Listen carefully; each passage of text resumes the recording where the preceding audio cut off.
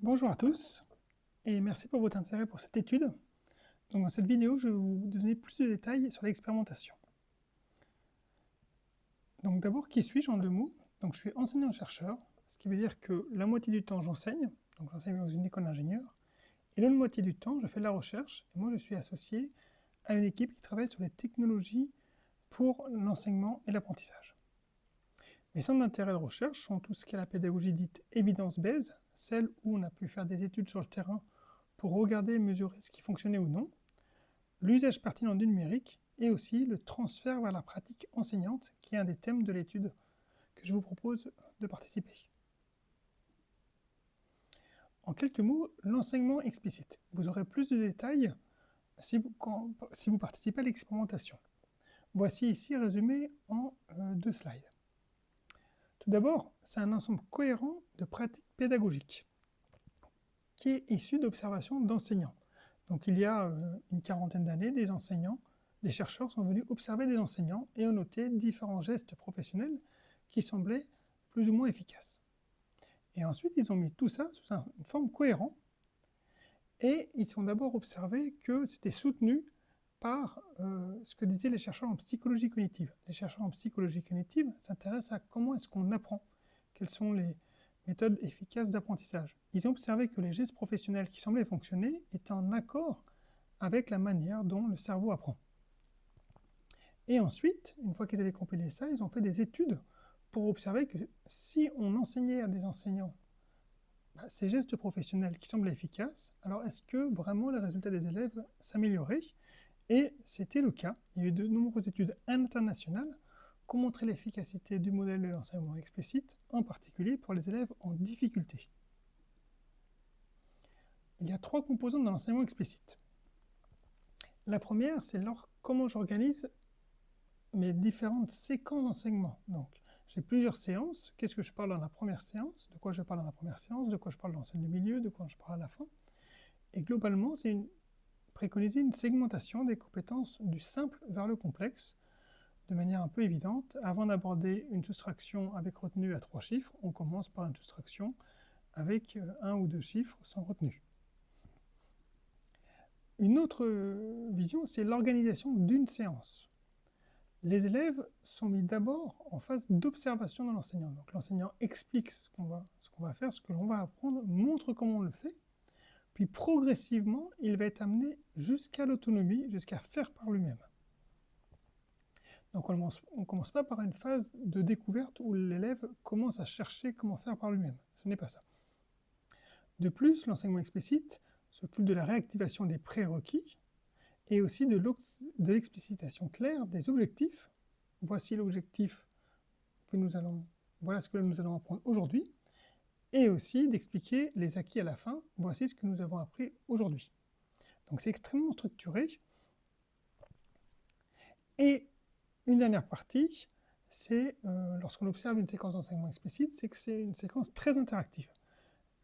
Les élèves sont très impliqués de manière très fréquente et cette implication est pilotée par l'enseignant. Ce n'est pas juste des élèves qui résolvent des exos par eux-mêmes, il y a cette phase-là, mais il y a de nombreuses phases où il y a de nombreuses questions posées à un rythme relativement soutenu aux élèves avec des feedbacks réguliers. Ces 2 premiers aspects, on pourrait les dire comme un aspect conception pédagogique. Comment je construis mes séances, comment je les pense. Et le deuxième aspect, on pourrait plutôt dire que c'est l'ordre de l'animation pédagogique. Comment est-ce que j'anime mes séances, comment je me débrouille que les élèves font bien ce que j'ai prévu qu'ils fassent. Évidemment, ces 2 aspects interagissent entre eux, la conception influe sur la manière d'animer, mais on peut au moins il y a à peu près ces 2 parties séparées. L'étude que je vous propose, à laquelle je vous propose de participer, va justement traiter ces 2 cas-là. D'abord, son premier objectif, c'est de vérifier l'efficacité de l'enseignement explicite en contexte français. Il y a encore très peu d'études, donc il y en a de nombreuses internationales, mais très peu en France, de l'ordre de quelques-unes.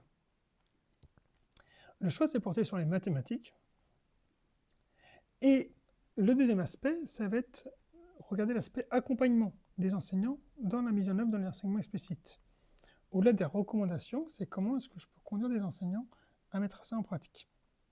avec les deux aspects, la conception. Donc une partie de l'étude, pour certaines personnes, vous aurez des fiches séquences prêtes à l'emploi, que je vais détailler ensuite.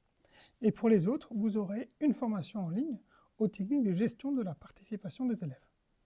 Donc comment s'assurer qu'ils fassent ce qu'on a prévu qu'ils fassent et qu'ils interagissent. Les fiches séquences.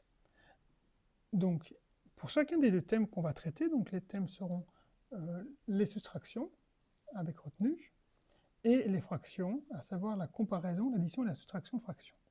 Ce seront des fiches pas à pas qui vous diront ce qu'il faut faire, quoi présenter aux élèves, comment le dire. Par exemple, la soustraction avec retenue, il y aura 8 séances de 45 minutes. Et si besoin, il y aura du matériel imprimable à utiliser.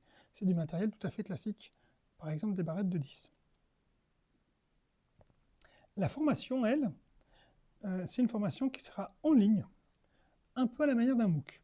Donc il y aura une plateforme Moodle auquel vous aurez accès, et ça sera en asynchrone, donc il y aura du contenu ouvert chaque semaine pendant 4 semaines, et ça demande à peu près 30 minutes de formation par semaine. En plus, seront proposés des points en visio facultatifs entre midi et 2, pour que vous puissiez dire, bah voilà, j'ai testé ci, j'ai testé ça a fonctionné, ça n'a pas fonctionné, et qu'on échange entre nous. Donc l'idée, c'est de créer une petite communauté et qu'on peut discuter et que vous ne vous sentiez pas seul. Sur le contenu, ce sera les techniques d'interrogation où la recherche a montré qu'elles ont une certaine efficacité, quelles questions poser qui seront associées, et quels sont les gestes simples, efficaces de gestion de classe. Au niveau du protocole expérimental, ici vous avez votre enseignement. C'est à un moment donné où vous allez enseigner sur les fractions, sur les soustractions. Ce qui nous intéresse, nous, c'est les résultats des élèves, les résultats individuels. Donc il faudra que vous fassiez passer des tests individuels à vos élèves, donc on va vous fournir les tests. Ces tests ont une durée de maximum 30 minutes, et il va falloir que vous corrigiez ces tests. Sauf qu'il y a évidemment, tous les élèves n'ont pas le même niveau en entrant. Et il y a des fois des différences au niveau des établissements. Certains établissements, le niveau des élèves à l'entrée est plus faible que d'autres. Et donc c'est important pour nous de faire d'abord passer un test individuel. Comme ça, on peut un peu s'affranchir. Et du coup, on va pouvoir mesurer plus précisément la progression. Et c'est cette progression qui va nous intéresser. Et ensuite, pour pouvoir tester les choses, on va faire varier l'enseignement. Et on va vous demander, suivant où vous êtes, de tester différentes méthodes d'enseignement. Et comme ça, on va pouvoir voir l'efficacité de telle ou telle méthode, et notamment sur la progression des élèves, et voir si en particulier une méthode est peut-être plus efficace avec les élèves les plus en difficulté, ou le contraire. Du coup, vous serez répartis aléatoirement dans un des 4 groupes. Et donc il y aura 4 groupes d'enseignants, avec chacun plusieurs enseignants dans chacun des groupes, et vous serez affecté à l'un des groupes. Pour le thème 1, donc l'algo de la soustraction, le groupe 1 sera le groupe le plus important, c'est le groupe dit normal, l'enseignement habituel, groupe appelé contrôle. On vous demandera d'enseigner comme d'habitude. Donc c'est vraiment essentiel, puisque ça sera la référence. On pourra dire, voilà, en moyenne, ce qu'on obtient. Le groupe 2, eux, recevront uniquement l'information en ligne. Le groupe 3 recevront uniquement les fiches, séquences, et le groupe 4 recevront les deux. Et ensuite, pour le thème 2, on va modifier, on va ajuster, notamment le groupe 1 qui n'avait rien eu au départ recevra les fiches. Il y aura d'autres variantes. L'idée, c'est que tout le monde puisse avoir quelque chose et aussi qu'on permute pour voir les effets long terme, plus ou moins long terme des fiches et de la formation. Au niveau du calendrier proposé, ce qu'on vous propose, c'est période 3. Donc, vous recevez au début de la période 3 les fiches ou la formation ou rien du tout. Et ensuite, vers la fin de la période, vous faites vos séquences de soustraction avec retenue. Et ensuite, le deuxième thème, c'est en période 4, de même, début réception des fiches ou suivi de la formation. Et enfin, l'enseignement, vous enseignez en fin de période les fractions, donc à savoir la comparaison, l'addition, la soustraction. Bien sûr, les autres thèmes des fractions sont habituellement traités en période 1 et 2 et 3. Donc, à vous d'enseigner normalement les autres thèmes des fractions. Donc, ce que ça implique pour vous. Donc, pour tout le monde, c'est de faire passer les tests aux élèves. Donc il y aura plusieurs tests pour les fractions, pour les soustractions qu'on va vous fournir. Il faudra les corriger et on va mesurer les effets à long terme, donc avant les enseignements, juste après, puis plus tard et encore plus tard. Ce qui est important aussi, ça va être de se caler sur un nombre de séquences fixées. Donc, pour les soustractions, on est parti sur 8 séquences pour la soustraction avec retenue, ce qui se fait un peu habituellement. Et pour les fractions, pour la comparaison, l'addition et la soustraction, il y aura 4 séances fixées. Donc 8 séances soustraction, 4 séances fraction. Il y aura aussi des questionnaires qu'on vous fera passer à vous de ressenti. Qu'est-ce que vous en avez pensé, combien de temps vous avez mis à préparer, etc. Il y aura une partie explication famille, puisqu'en fait, donc vous avez le droit d'enseigner comme vous le souhaitez. Là, en plus, les inspecteurs sont OK avec votre participation. Par contre, vous allez me transmettre une partie des données de vos élèves. Et donc, il y a des données individuelles qui seront transmises des chercheurs, et moi, je suis extérieur à votre établissement. Donc, il y aura un formulaire que je vais vous fournir, qu'il faudra faire signer aux familles. Ils donneront ou non leur accord, et c'est leur liberté. Évidemment, si personne ne donne son accord, ça ne peut plus marcher l'expérience.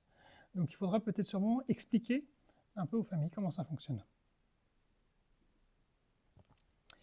Évidemment, tout ce qui est pour les soustractions, alors j'ai marqué ne pas traiter l'addition et la soustraction des fractions à mon expérience, et aussi la comparaison, parce que justement c'est ce qui va être lieu dans l'expérience. Par contre, les autres thèmes d'initiation des fractions qui sont prévus en période 1 et 2, il n'y a aucun problème.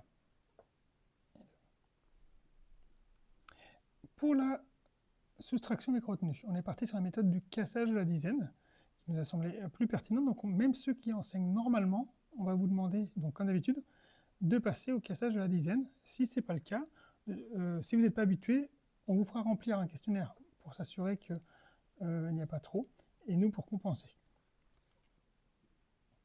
Ceux qui recevront les fiches, à un moment donné, 3/4 d'entre vous recevront des fiches, il faudra évidemment s'engager à les préparer et à suivre ce que disent les fiches. Et si vous suivez la formation, il faudra aussi s'engager à suivre la formation et essayer d'adapter son enseignement. Si vous n'avez pas adapté votre enseignement, en pratique, parce que pour plein de raisons, c'est pas assez concret, vous n'avez pas le temps, etc., c'est un résultat de recherche. Et nous, ça nous intéresse de voir si en pratique, ça fonctionne. De même, lorsque on va vous demander de suivre les fiches, vous allez les suivre comme vous le sentez, comme vous allez le faire en fait. Puisque nous, ce qui nous intéresse, c'est de voir si effectivement, si on donne des fiches, c'est assez efficace, les enseignants arrivent à suivre les fiches, etc. Autre point important, excusez-moi, sur les tests, tous les résultats que vous enverrez seront traités par moi, donc le chercheur, et les inspecteurs n'auront pas accès aux résultats individuels de vos élèves. Les inspecteurs auront accès uniquement aux résultats moyens, globaux, en disant on observe que les enseignants à qui on a fourni des fiches, donc les élèves de ces enseignants-là, on observe qu'ils ont des résultats plus ou moins bons. Voilà. Mais en aucun cas, ils auront accès aux résultats individuels nominatifs par enseignant et nominatifs par élève. Ça, ils n'auront pas accès. C'est juste des résultats synthétisés. Ce que vous y gagnez, donc, j'ai essayé d'imaginer, donc 3/4 d'entre vous, pendant l'expérimentation, auront suivi la formation. 3/4 d'entre vous recevront les fiches d'au moins un des deux thèmes. Donc comme c'est tiré au hasard, vous ne pouvez pas choisir. Et j'estime que c'est intéressant de faire progresser la connaissance scientifique sur l'enseignement. Après l'expérience, vous aurez accès aux résultats de l'étude. Et vous aurez aussi accès à toutes les fiches et à l'information. Et donc vous pourrez les utiliser, si vous le souhaitez, en fonction des résultats de l'étude, bien sûr. Donc je vous remercie pour votre attention, je m'arrête là, n'hésitez pas, si vous avez des remarques, des questions, vous pouvez m'écrire. Voici mon adresse email, et je vous souhaite une bonne journée.